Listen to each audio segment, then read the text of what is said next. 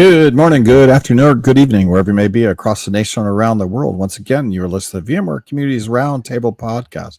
This is podcast number 743. My name is Eric Nelson, and with me today I have my regular co-host, Bob Blankers. Bob, how you doing today?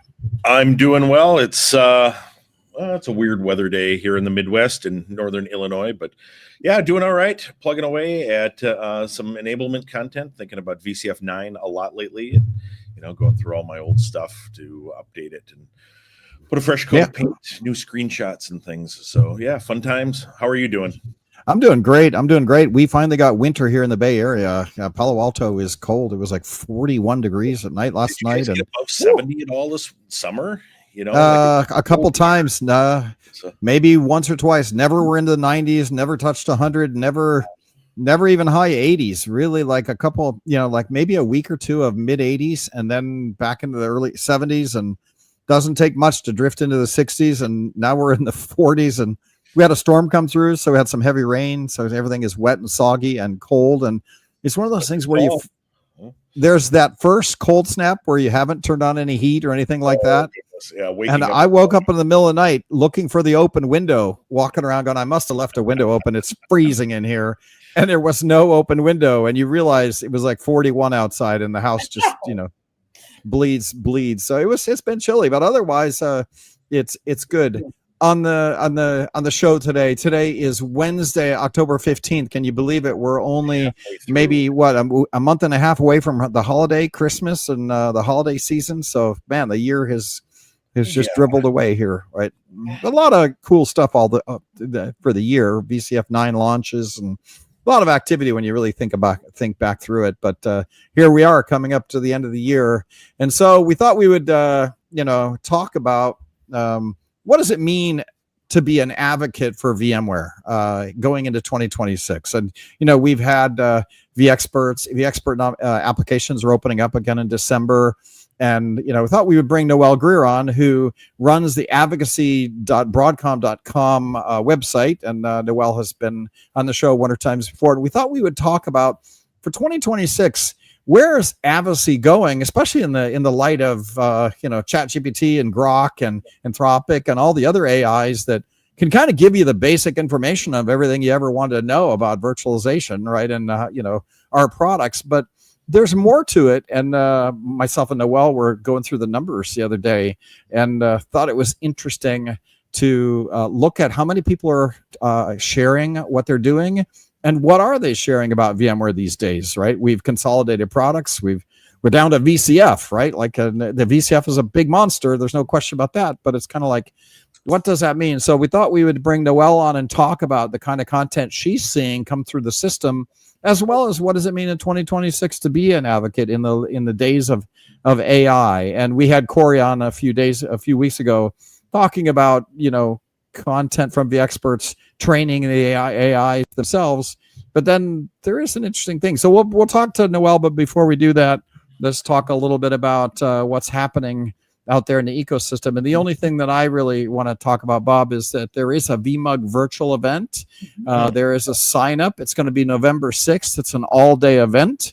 They have multiple tracks going on. So it is like it's a virtual conference for them, right? They do 2 a year. This one comes up November 6th. Though, if for whatever reason you miss the Explore on tours or you miss Explore in Vegas and you want to kind of get that Paul Turner presentation and watch that live, or there's multiple tracks on various topics. The virtual event sign up is out there. It's live. You can go sign up. I think they have 2,500 people signed up already. So there'll be a pretty big audience there. And Bob sharing it on the screen. If you're watching us on youtube.com/vbarbecue, give us a like and a follow, and you can go sign up.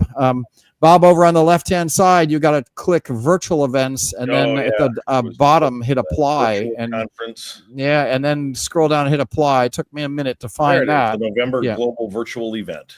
That's the one. So at vmug.com. Yep. Very cool. Got to click. Paul is always a great keynote. Chris McCain is always entertaining as well. He talks about security from he's sort of my counterpart on the network security side of things. And then we've got William Lamb, ubiquitous William Lamb, talking about unlocking the full VCF 9.0 experience in your lab, which kind of fits nicely with what we're talking about today, like figuring the stuff out, writing about it, being part of a larger community, all that stuff. So, and then yours truly has a session on what does it take to actually download your VCF 9 tokens, right? From Advantage, right? So me and Bob, we were talking about the fact that 9 is available for VMUG Advantage members today, but you're running on the 90-day license. You can go download it and set it up and run on the 90-day license.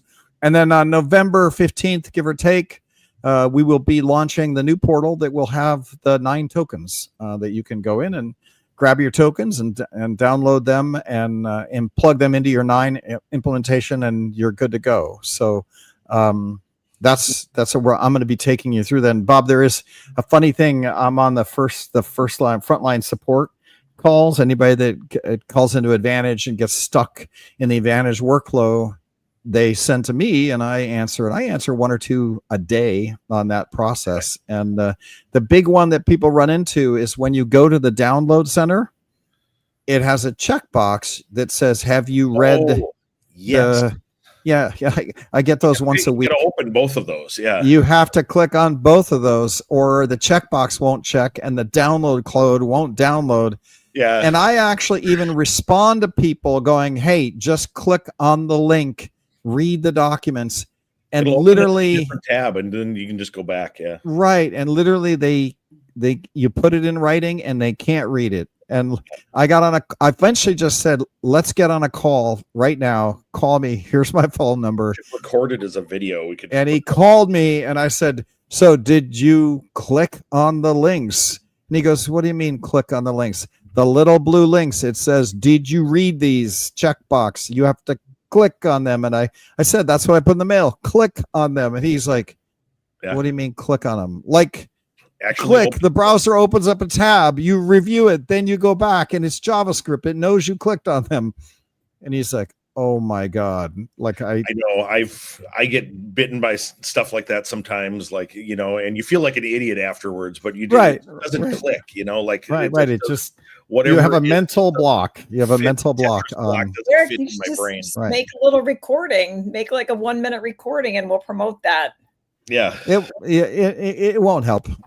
Like it won't help. It's not going to help. There's going to be somebody that hasn't seen the recording. They're going to go in, and the thing is, when you're dealing with 4,000 people, it only takes 1 or 2 to miss it. That then they call me, right? And it's fine. I'm getting better at.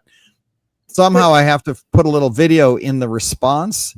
Instead of me typing, I need to do a little video that shows my mouth clicking on it and popping it up. And I did put it in the blog article. I went back to the blog article and bolded it and put it in all caps. And "This will not open if you don't click on the blue." I had it in there already, but it was just regular text. You miss that kind of stuff, right? So. Yeah.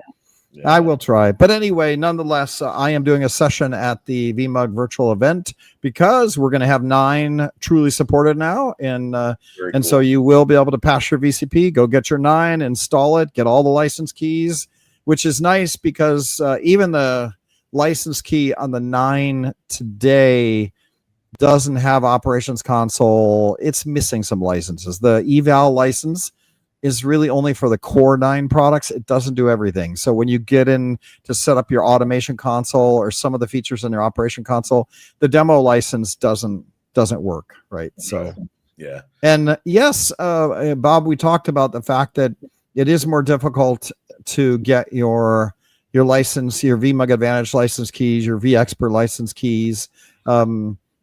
I would say that we're making progress over time as we work on this, right? Like it was a double whammy here. One, we did get 5.3 up and running pretty quickly. Like you could get 5.3 in April, May. The problem is 9 changed how they were doing licensing. There were nowhere, and in fact, they because of 9 changed it, they shut down the license generator. There was no such thing as a key generator anymore. And so even though we'd love to give everybody keys and make it easier and easier just to go in, get your key, be done, there was a transition from keys to tokens that also made this a little slower, right? And so we're getting there. You know, we're getting there. It's what has existed for a while here too, you know, like it's us and Broadcom, you know, kind of figuring stuff out, you know, and a lot of it too is good. You know, I know this sounds like spin, and I do report to a marketing group, but the you know, it's good figuring out what we still need or not. Right, is hard sometimes, and so, but yeah, you're working it out here. Actually, I just found the thing that we're looking at here. You know, like what you're talking about here is this. I agree to the terms and conditions. If you're watching at home, basically, or if you're watching the video of this, you got to click on the terms and conditions thing and the compliance reporting terms. Yeah, there's two links. You have to actually click on both of them. Click on both of them. They will open a separate tab, and now I can check. I agree to the terms and conditions. And if you've ever built websites, there's just a little JavaScript that checks to see if the links were ever clicked. Yeah. And they just have some JavaScript in there that says, if you didn't click the link, you haven't read it. So we're not going to let you check the checkbox. Yeah. I will also note that. I'm sorry. No, I have a question on your screen there. Are those the tokens? Is that download the token for 9? Is that the token screen? No, I see an internal view of the application here or whatever, but there's nothing special. This is the same view that. What are the little blue button downloads? What is that? What are those blue button downloads? What are those? Are those the copy to clipboard? Not entirely sure. But this is 9.0.1, and that's another thing I was going to note too. The first update, not an update, and so updates are gone now in VCF 9. They're going to be, instead of update 1, it'll be 9.1. Update 2 will be 9.2, and that's good in my opinion. The more sane version numbers, so we don't get like 8.08 update 3 GS whatever. Like who knows what that means? You know, it's just 9.0.1 now. You know. That sort of thing, and so that's out. That's been out for a couple of weeks, and so that's worth taking a look at. A lot, not that we ever have bugs, but if we did have bugs, they'd be fixed in stuff like that. There's some bugs that are fixed. And then the second problem that people come with is you got to go to group. You actually have to log in with your education login. Which is different than your general support login. So I'm going to take people through that, right? Like the best thing to do is log into your education portal and then just open a new browser to the VCF Alpine portal because you're already logged into education. It uses the same login and you're logged in. So it just takes you there and you're there. A lot of people end up at the support portal. They try to use the wrong login because they just remember their login from the support portal, and it's not the same login, right? And then they think, well, maybe I got to change my Advantage user, so they call Advantage and say, change my email address on Advantage so I can see my licenses. And it's like, no, you're not in. You're in the support portal login. Don't use that login. Use your education login. That's what we're tying it to, which is a different login, but the login on Broadcom looks exactly the same.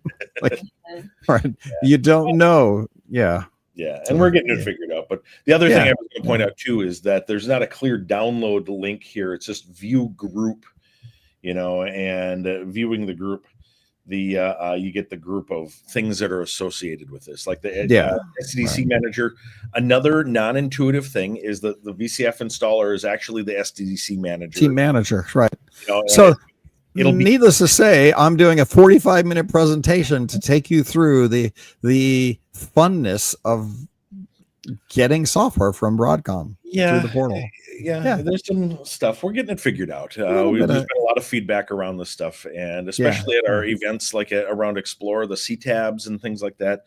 We've got a lot of feedback around this and the complexity around it and things. And so product management is taking a look at that. But workflow. Just record a minute video like, hey, you know, and to your point, Eric, yes, it's not going to help everyone. You know, there's some. Yeah, we could record a minute video that just takes you through the cliff notes of how to get here. What does it mean? Go to your education, log into your education, open up a new tab, go here, click on these, go here, click on that, go there. And within a minute, you would have it all if you did exactly what was in the video. Yeah, I could record it for you and just put it up on YouTube or something if you wanted to point. But then I would, advocacy. Bob, you don't understand. In Broadcom, you want to feel useful. You need to say you have work to do to support the customers, and so make it difficult so that they need me, right? That's Yeah. I don't want to put myself out of a job. It's bad enough AIs out there. I don't want to be needed. Why do you need me so badly? Like I failed because you need me badly. I understand. I understand in the future. I understand that logic. We should always work ourselves out of a job. It's a delicate. I'm just joking. It is. All right, moving on with that. I am going to be at the VMUG virtual event. I will be doing presentation. William Lamb will be there. Paul Turner will be there. I think Krish might be opening it up too. So VCF president. So excited to be part of that. And that's all I got going from a news perspective. And we've probably spent too much time on news anyway. So let's get to Noell Grier and let's talk a little bit about Noell. Give us the elevator pitch. How long you been at Broadcom/VMware, and what do you work on? And then we'll get into what does it mean for VMware to be an advocate. Oh, thanks, Eric. Okay, so I started over 10 years ago as a humble task writer for CloudCred, if you remember the gamification platform CloudCred. And I got a little blast from the past here that I actually just dug out this morning. Holy bucket. There you go. VMware. That's vintage right there. Collector's item. Coffee cup. I found a whole box of them in my garage, and they're nice. There you go. So it didn't take long working on task creations until I was tapped by Eric to be the community manager of the platform. And my community management career was launched at that moment. And we spent probably 6 or 7 or 8 years making CloudCred huge. It was great. It was kind of a learning platform that got people involved in the communities, right? And like kind of handheld people into VMUG and into being a vExpert and to learning the products. And it was great. That was just, super fun, 6 or 7 or 8 years. And then that platform sunsetted, the technology got old. And so I was able to make the jump onto social media advocacy at that time. That was around 2000, I guess, and become the manager for, at that point, VMware's social media advocacy tool, which is the main social sharing enablement tool for both internal and external community advocates to have access to curated, top quality, up to the minute, constantly, just tons and tons and tons of content on that platform to be able to sort through and share to their connected social accounts or onto their blogs. So that was in 2020, and I was fortunate enough with Eric and team to make the jump to Broadcom, and now it's advocacy.broadcom.com, and we do largely the same thing, enabling advocates to have access to super high quality, plentiful VCF and now other divisions. All the Broadcom divisions are also represented on advocacy content so that they can use that to help enable their social sharing. So that's a large part of my day job. I also handle some of the social outreach for the communities program. So for code, for the vExperts, for VMUG, for whatever's going on in the communities. Nice. So yeah, been around for a long time, and certainly have been teaching community members how to be advocates for 5 or 6 years now. So it's good. Right. And now you're part of over in chip division land as well, right? Working on some of those divisions, sharing more content. So cool stuff. Yep. Nice transaction. Advocates across the board for all of Broadcom's divisions. Oh, that's really cool. That's just another way that we can teach Broadcom some things too. Sorry to interrupt you. Absolutely, Bob. Hardware people. What do you mean talking about our stuff? Like Wi-Fi 8. We just released news this morning about Wi-Fi 8 and making wireless reliable and things like that. How do we tell everyone about that? Mm-hmm. I have seen slow but steady adoption and folks becoming more and more and more impressed with our social advocacy model as these 2 years have ticked by. Yeah. Yeah. It's very cool. Yeah, it means Yeah. you're doing something right. So, anyhow, Eric, I'm sorry I interrupted you there. Yeah, no, that's fine. It's good to hear the stories, and now we were talking yesterday or day before yesterday, Noel, about what does it mean to be an advocate in the days of AI, right? Where people are going to ChatGPT and asking questions, getting answers, right? And now as an advocate, like are advocates competing with AIs, right, for mind share and attention, right? Like I think my boss mentioned to me the other day, like I said, yeah, we're putting this out on Twitter, blah, blah, and he goes, what's Twitter, right? Like who's on Twitter anymore, right? Nah, he was being he was being tongue in cheek, but it is a question that, as you're an advocate, what do we share and how much sharing really needs to go on? Because there is AIs, and then at the same time Broadcom has taken us over, right? And honestly, the excitement of I love VMware stickers and I love VMware patches that drove a lot of motivation for people, right? I think a lot of people were motivated to blog about our solutions. They were excited about the solutions, but they were also excited about the company, right? And the people. And we've certainly seen a tail off of, am I excited about Broadcom, right? Yeah, I think it's yeah, but it's coming back, and that people in the enterprise love to buy us, and we're seeing an uptick on, we're seeing that solid. When it comes to like wanting to be a cheerleader for VMware these days, I wouldn't call us having an uptick. I would say it's been a mildly flat to slow decline, right? And then we started talking about what does that mean, and what, are there communities out there that will be affected, or will advocates be affected by the idea that AI, and let's not talk about Broadcom and whether you love Broadcom or not. I think we're just going to focus on VMware, right? And our VMware ecosystem is fine. But there is this AI, and what can you share? What do people want to consume? And I started talking about SpaceX, right? And like, look, SpaceX, people don't love Elon Musk, right? There's a lot of people that dislike him, but they have a huge following, and AI is out in space technology as well. You can ask AI questions, but people are excited about what they're building, right? And it's kind of like a what gets built, how does the rocket behave, what did the launch happen, why did it blow up, what's the technology behind it?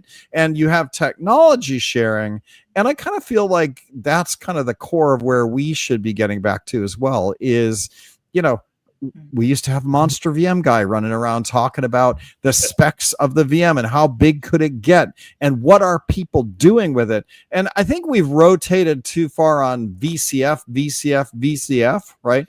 Instead of saying, what are you doing? Share what you're doing, not just what it is, which is VCF, right? It's what are you doing with VCF and what were your challenges? And so we talked a little bit about that. And Noel, I'll bring it back full circle now, in that then we looked at the tool that you use called Dynamic Signal, which has a list of all the content that's been shared over the last 6 months. And we looked at it, and even in the last 3 months, it's been really impressive, the amount of content that advocates are actually sharing in the system. It's actually impressive. So I thought maybe we could talk a little bit about the numbers, and then you could give us your opinion of this conversation. So my opinion kind of is framed by the research I've done in the last few years, and I've shared at VMworld or Explorers around this as well. There are things that advocates bring to the table that I feel like AI can contribute to, but they won't replace. And there are 4 main characteristics to being a powerful advocate that actually moves the needle on behalf of the brand. And I've said this, you maybe have heard this before, but those 4 characteristics are authenticity, talking about things that you actually care about, right? Not just spamming or sharing or regurgitating or, touting the party line, but sharing what you're passionate about. That's one thing, being authentic. Number 2 is sharing expertise, having a level of expertise. Now, AI can kind of fill that gap somewhat, but the third characteristic Well, for one, it's not going to take over the authentic characteristic. There's expertise and inspiration, being inspirational about the learning process. And I tell people a lot of times what that amounts to is showing your humanness in the process. You know, Bob's going to share why he was interested in this to begin with. He's going to share the people that he got to know in the process of learning something. He's going to share the barriers and the hurdles and the wrong turns that he took and the, you know, the diversions. And people really connect with that. People love relating to that humanness in the process, right? It kind of builds into authenticity as well, but something that is a challenge that started out as a problem in his data center or a problem with one of his customers can become an inspirational story. So authenticity, expertise, inspiration, and then just being consistent. I come to know you as a consistent expert, somebody I can reach out to and rely on, right? We know that William Lamb is consistent. We know that Duncan is consistent. These folks are consistent. So those are like the four things that advocates bring to the table that I tend to think, yeah, AI can replace some of that, but not all of it. Yeah. And then to your point about what's going on social media advocacy, the content is there, you know, and it's not just William Lamb. It's not just Duncan Epping. We have, and to Eric's point earlier, we just went over some spreadsheet and some metrics from advocacy for the year. And we have some really compelling numbers as to what's going on, that the experts are submitting posts, you know, their own authentic, interesting stuff that's really resonating on the tool throughout the year. So I can go into some numbers just from 2020, where are we, 2025 up to this point. I think I ran the numbers maybe 4 weeks ago. 2025 up to this point, we had 1,400 or just around 1,400 total posts submitted to advocacy that were just from community experts, right? VMUG leaders, V experts, people who fell under that community umbrella, 1,400 posts. And then I can run reports that capture 500 at a time. So I looked at the top performing 500 posts, and just those top 500 in the year of 2025 up to this date were shared almost 21,000 times. Nice. Yeah. And out of those total shares, they generated 57,000 clicks. Cool. I feel like clicks are a really meaningful metric because those are the ones that really resonate, right? They're not just getting shared, they're actually content that people care about. Yeah. So this content is coming from people who care about it, who are innovating, who are inspirational, right? Because they're showing like, this is my process. This was my challenge. These were my hurdles. This is how I got to this point. These are my failures. You know, we don't want to just hear everything. Yeah, this is not Facebook where we see just the beautiful, everything is great with my life sort of thing. Like, how did you come to this point in the first place? You know, like you're doing this for a reason. We want to see all the things that you tried and didn't work. You know, it's the what is it, Edison? All the ways that you couldn't invent a light bulb. You know, like that's really important. You won't get that from AI. That's right. AI is just about how to do it, and AI is always trailing, by the way, too. You know, like AI needs somebody to teach it the first time. You know, the only reason it will never come up with anything novel, at least in our spaces, because it doesn't know, like, especially around new features, new functionality, new deployment methods, moving back from the cloud or the public cloud onto premises stuff, you know, like none of that stuff will be something that AI comes up with on its own until somebody writes about it, you know? Yes. So our top 500 posts generated an average of 120 clicks for every post. 120 clicks through people cared enough to click through to that content and read it. Well, people cared at this moment too. There's this really long tail of stuff because now it's out there in the world and searchable. Yeah, AI will pick it up too, but AI is starting to be more kind in that regard and leaving its references and things. I'll often look at what AI has to say, and then I'll click on the links that that it gives me, on a particular topic. So there's, Right. It's out there in perpetuity. The internet doesn't go away, and in this case, that's good, and so it'll continue to generate traffic for the rest of its life, Yeah. So this stuff is super impactful. I'm looking at really innovative content, right? I'm looking at Gabe Nunez. He's writing about workload repatriation, generated 243 clicks. And that hasn't even been up on the site very long, just a couple of weeks. There's a lot of cool content on memory tiering, a series by the expert Puneet Sharma. Yep. That's just hot. Every time he posts one of these and it comes through on advocacy, I'm looking at 277 clicks just on part 2 of memory tiering, because that's his process. That's something he's passionate about, and it's a cool, valuable component of VCF.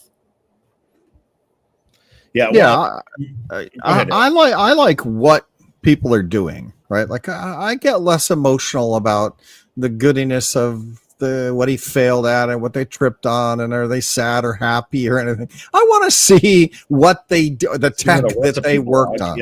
I'm not a person. I'm a share guy. I work in community, but I'm actually a share guy. I'm less about the community, less about the people, less about that. I'm more about like what you did that I could go learn from and spend a little time looking at what you did and why it was cool. And it was a use case that I didn't think about. And so it's like, and I like tiered memory. I like all that, but that to me is more AI. You're going to do the, tell me about tiered, but like, what did you do with tiered and how did it work for you with what hardware, what number of VMs, like how many workloads did you put on the tiering and did it work, right?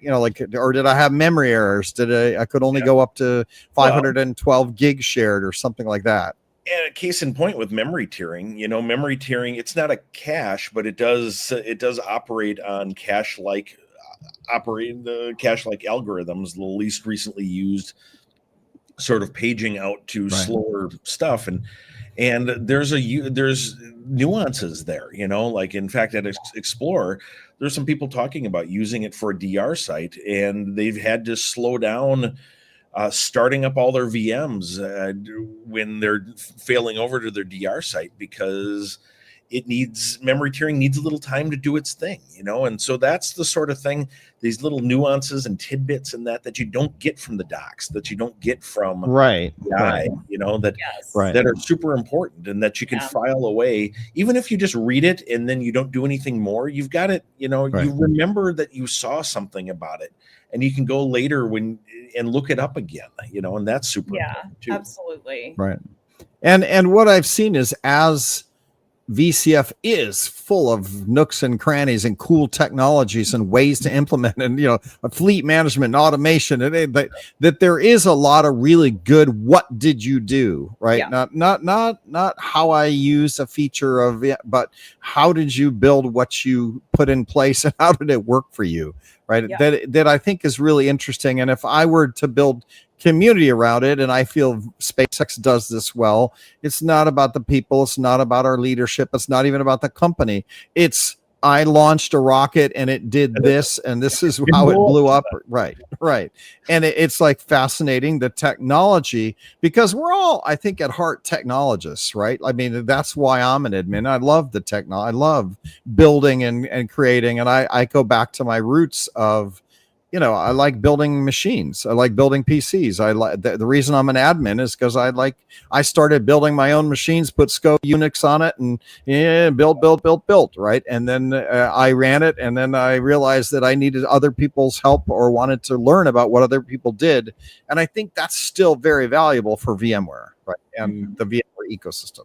Mm-hmm. And the proof is in the pudding. I mean, the clicks on this type of content that are being shared are super compelling. We tracked one Right. vExpert, Brock Peterson, through the year.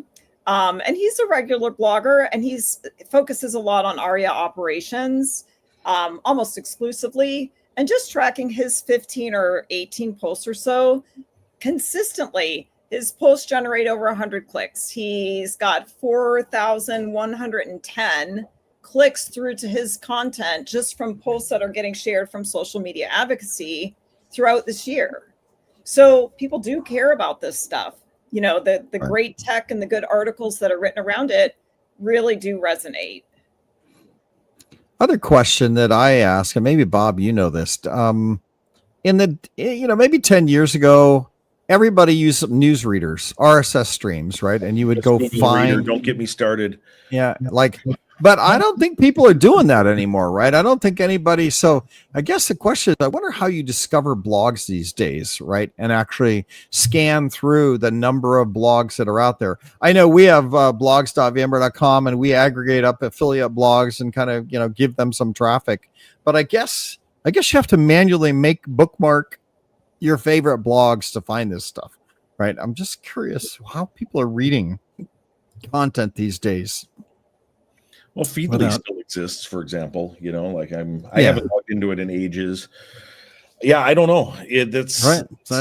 We should actually do a little bit of research. And there used to be good RSS feed lists that you could import into Google Reader and things like that. Oh, I'm still bitter about that one. But so am I. Yeah. And Google domains too. All the stuff I love killed death by death from Google. Yeah. But that's a really good point. If somebody, and the thing that we should remember is that, and I think the community would be wise to remember as well. And this is something that I think about. I've been thinking about a lot lately. I've been redoing some of the content around things like DRS and vMotion and HA. And these are very core old ideas in VCF and vSphere, and we've sort of forgotten about them. But what we've really forgotten about is that there are new people in the ecosystem that don't know what these things are. The public, and people that have grown up in the public cloud that don't know what these things are. And because the public cloud doesn't have them. And so thinking about it, it's perfect content, somebody coming along in the community and doing stuff about this. But also where I was going with this was the idea that people don't have a starting point anymore for bloggers. And I think this is probably homework for the three of us, at least, to try to figure this out, what would be a good starting point if you wanted to consume community content, and Noel, maybe there's a good answer to this. Maybe we have something that I'm just not aware of, but if somebody wanted to, where's the entry point? If I'm brand new to this, I'm coming back from AWS or whatever, and I want to start reading things in the ecosystem. How would I do that? One thing, and thanks for asking that. I mean, one thing that you can definitely do, there's a great content category on advocacy, on social media advocacy.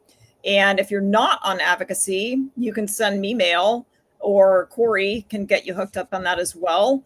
And even if you don't want to share, it's a news feed, and there's the expert and a community category that you can just click in and see all these posts that I'm talking about, Brock's posts and all these vExperts and all these community people that are still writing great articles. You can just click right into that content category and read it. Very cool. Yeah, I think that's one option. I think another one that I would drive people to is if you go to blogs.vmware.com/affiliates, AFFILIATES, so affiliate blogger. We do have a page that's live now that aggregates up everybody's blog posts that have joined the affiliate blog program, which there's like 500 or 600 bloggers that join there. And so we do aggregate that up, and we also have list of blogs, and you can view all the bloggers who have joined the program, right? We have a view all affiliate blogs, and we have a link to those, so that if you're a blogger and you're blogging it, or if you're a consumer, you can go to blogs.vmware.com, and we do aggregate up those things. But I don't think it's popular. I don't think anybody knows about it. Does that sort the content in any way, or does it? Yeah, just time order, list? just time order. Okay. So the latest ones are at the top of the feed for affiliate blogs. So October 15th. There's a bunch of October 15th on the page, maybe 4 or 5 of those. Then October 14th and October 14th, and there's 173 pages of these blogs. And yesterday there were probably 20 blogs there. So we do a landing, we do an aggregator there, but it is interesting to think about other ways to get that out in front of people. And Noel, maybe we do a post that just shows all affiliate blogs that are popular and push that out in social, just to get people trained on where they can actually go find all these things. Because I know William and Duncan and the big guys get those views, and certainly people are sharing them. Yep. But it thank you, Tony, for the link in the chat. I was actually looking for that. So the this is affiliate blogs and things like there that. You go. Mm-hmm. Yeah. And so we have that affiliates. So. Yep. And then there's an RSS feed for newsreader people that want to come in and actually grab the RSS feed for the whole affiliate blogger. We have that, but that's another problem. We'll try to address that, right? Like how to get these people visibility. Certainly advocacy.broadcom.com gets those out and published out in the followers world, and that's a social share. I know we've set up a LinkedIn channel, right? So if you want to go look at the community LinkedIn channel, you can go give that a follow on LinkedIn, which then we're posting there as well, right? So there's places we're trying to get that out, but getting back to the value of it, right? Like it is valuable to share what you've built, right? To everyone, right? And there's consumption of that. And if you need motivation, think about everyone that Noel just mentioned, the Williams and the Brocks and Puneet, one of my coworkers. Brock's a coworker as well. All of our careers started blogging. Like blogging was my hobby until it turned into my job, and it's a door, it's a path forward, And I never thought I would work in a marketing department. Yes. I'm a nerd, I'm a sysadmin, that sort of thing. Well, it turns out I can be both and then talk about this stuff. And it's a career path, but it's about the consistency that you guys were talking about. Yes. Be consistent. Be authentic. Don't just regurgitate the documentation. Don't just regurgitate the bloggers in the past that have just regurgitated press releases and things like that. It's just spamming. Make fun of and get deprioritized, because everyone can do that, Right. Oh, no, there's trouble. Tony. I know. We got Tony Foster, hey, he's muted, but I'm sure he'll unmute himself. Yeah. No more. Yeah. I'm excited about that, but I know they were coming up. We got kind of a late start, but I do have a hard stop at 1:00 today because I'm going to go meet Intel to talk to them about donating hardware to VMUG. Give you my address. As they saw us doing the mini forums, which are all AMD based CPUs, and they all of a sudden became interested in coming back. And is a thing, that's did I say that out loud? Exactly. Right. Envious. Well, why don't we start wrapping it up? Wrap it up. Noel, thanks for doing all the hard work and showing up on the podcast and talking about. Yes. Thank you. Yeah. Hey. advocacy.broadcom.com, or email me if you're not part of that, great tool. And one thing I'd say, if you actually saw the podcast post that said, hey, we're doing this or that, Noelle's the one that makes all that happen, right? She grabs them every week and she gets our little screenshots and she gets the topic and she posts it out. And it's like, we should have her on every once in a while. And I'm going to try to get Gene Williams on, but we did get a great list of guests to invite. We sat down with you and got, like 50 different articles that people have written in the last 3 months. And we're sending out invites, like 20 or 30 of them. And so hopefully we'll get some really good customers on to talk about what they've been building in their ecosystem. Thanks, Noel, for being here as always.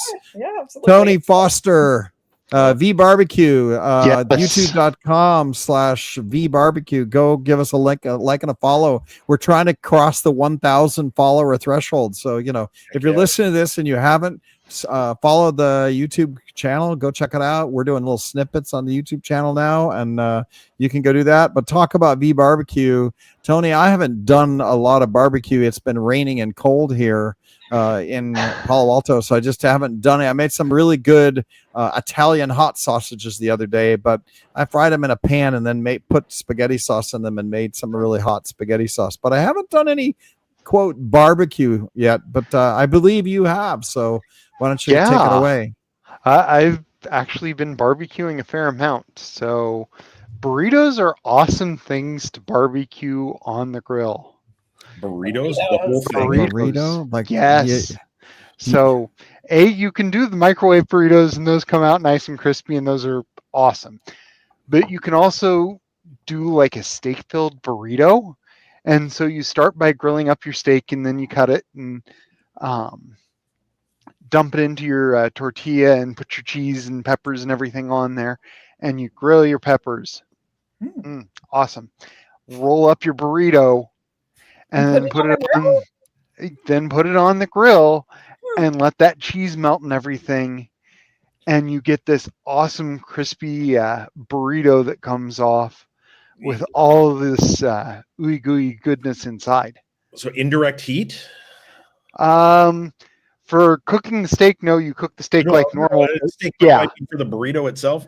For the burrito itself, you want to set it off to the side of the...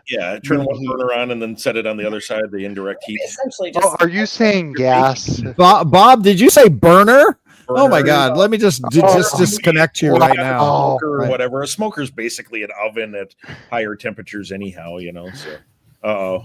Now we got Andy Nash joined Andy as well. Nash! Oh my gosh! Have you got the cloud cred mug? Cloud cred cup. Made my day. Cloud cred mug. Yeah, there you go. Oh my God! We're like cloud cred family reunion going on here. Old cloud cred people.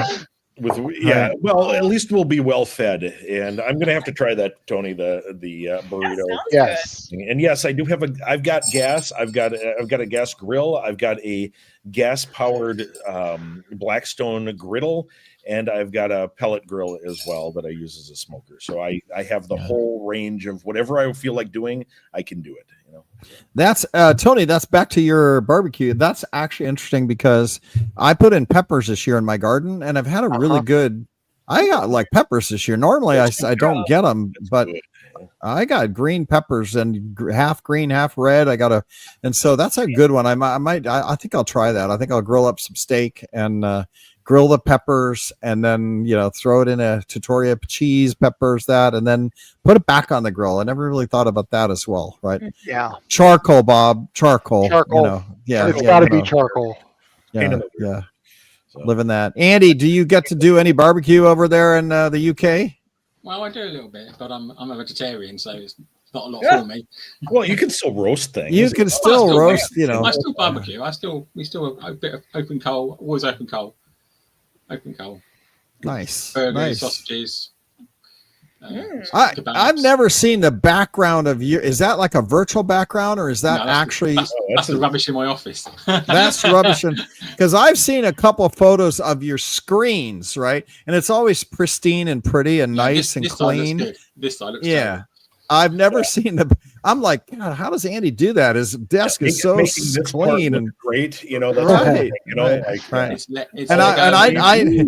I need to see a. I need to see a photo of Bob's desk, because he's always clean in the background. Everything's pretty and nice, but I can imagine his front is just a myriad of stuff in front. Too bad right now.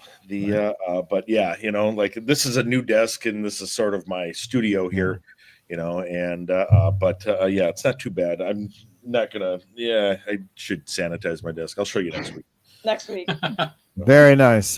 Good to see you, Andy. As always, good to see you, Tony Foster. Thanks for giving us a barbecue report. Yeah. Thank you, Noel. Thanks for being on. And doing all the work. We never forget.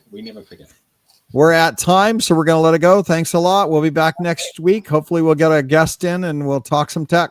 Till then, everybody go get some barbecue and have a great rest of your week. Thanks, Eric. Ta-da. Yeah, bye-bye.